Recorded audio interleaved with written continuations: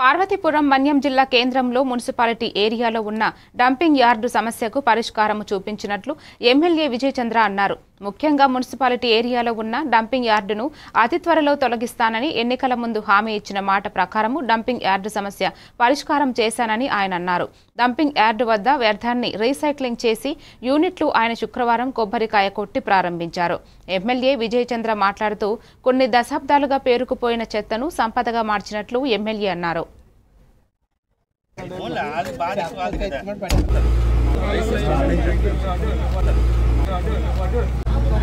భారత్పురం పట్టణ వాసుల చిరకాల కోరిక డంప్ యార్డ్ని షిఫ్ట్ చేయడం అనేది.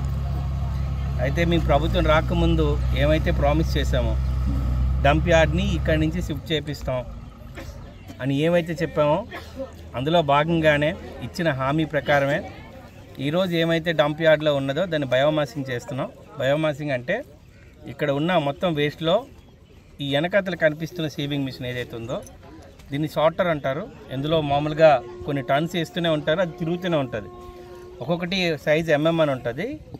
అందులో నుంచి కంపోస్ట్ ఏదైతే ఉందో ఇన్ని సంవత్సరాలు కంపోస్ట్ అవుతుంది కదా, కంపోస్ట్ అంతా కిందకి రావడం, ప్లాస్టిక్ సపరేట్ అవ్వడం, క్లాత్ సపరేట్ అవ్వడం, గ్లాసు ఏముంటే అవి సపరేట్ అవ్వడం జరుగుతాయి. ఈ సపరేట్ అయినవన్నీ